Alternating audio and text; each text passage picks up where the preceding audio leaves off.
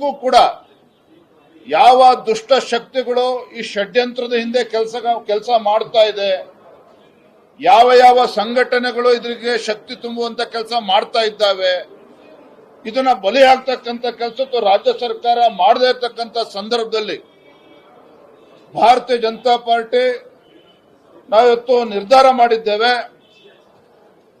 ರಾಜ್ಯದ ಎಲ್ಲ ವಿಧಾನಸಭಾ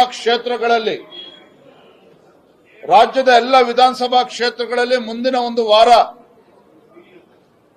ಎಲ್ಲ ವಿಧಾನಸಭಾ ಕ್ಷೇತ್ರಗಳಲ್ಲಿ ಈ ರಾಜ್ಯ ಸರ್ಕಾರದ ಧೋರಣೆಯ ವಿರುದ್ಧ ಹೋರಾಟವನ್ನು ಮಾಡಬೇಕು, ಪ್ರತಿಭಟನೆಯನ್ನು ಮಾಡಬೇಕು.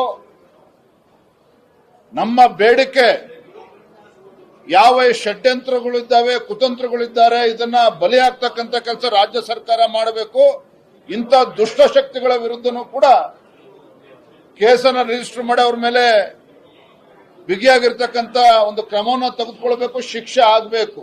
ಹಾಗಾಗಿ ಭಾರತೀಯ ಜನತಾ ಪಾರ್ಟಿ ಹೋರಾಟವನ್ನ ಮಾಡ್ತೇವೆ. ಪ್ರತಿ ವಿಧಾನಸಭಾ ಕ್ಷೇತ್ರದಲ್ಲೂ ಕೂಡ ನಾವು ಹೋರಾಟವನ್ನು ಮಾಡ್ತೇವೆ. ಧರ್ಮದ ಉಳಿವಿಗಾಗಿ ಧರ್ಮ ಯುದ್ಧ ಇವತ್ತು ಘೋಷಣೆ ಮಾಡಿದ್ದೇವೆ. ನಾಳೆಯಿಂದ ಮುಂದಿನ ಒಂದು ವಾರ ಎಲ್ಲ ವಿಧಾನಸಭಾ ಕ್ಷೇತ್ರದಲ್ಲೂ ಕೂಡ ನಾವು ಪ್ರತಿಭಟನೆ ನಾವು ಮಾಡೋರಿದ್ದೇವೆ. ನಾಳೆಯಿಂದನೇ ಪ್ರಾರಂಭ ಆಗ್ತದೆ. ನಾವು ಮೊನ್ನೆನೆ ಎಲ್ಲ ನಮ್ಮ ಜಿಲ್ಲೆಯ ಅಧ್ಯಕ್ಷರುಗಳು, ಪಕ್ಷದ ಎಲ್ಲ ಹಿರಿಯ ಪದಾಧಿಕಾರಿಗಳ ಜೊತೆ ಚರ್ಚೆನೂ ಕೂಡ ಮಾಡಿದ್ದೇವೆ. ನಾಳೆಯಿಂದನೇ, ಯಾಕೆಂದ್ರೆ ಇವತ್ತು 3-4 ಹಂತದಲ್ಲಿ ಹೋರಾಟ ಆಗ್ತಕ್ಕಂಥದ್ದು. ಹಾಗಾಗಿ ಎಲ್ಲ ವಿಧಾನಸಭಾ ಕ್ಷೇತ್ರಗಳಲ್ಲಿ ನಾಳೆಯಿಂದ ಚಾಲನೆ ಕೊಡ್ತಾ ಇದ್ದೇವೆ. ನಾಳೆಯಿಂದ ಹೋರಾಟ ಪ್ರಾರಂಭ ಆಗ್ತದೆ.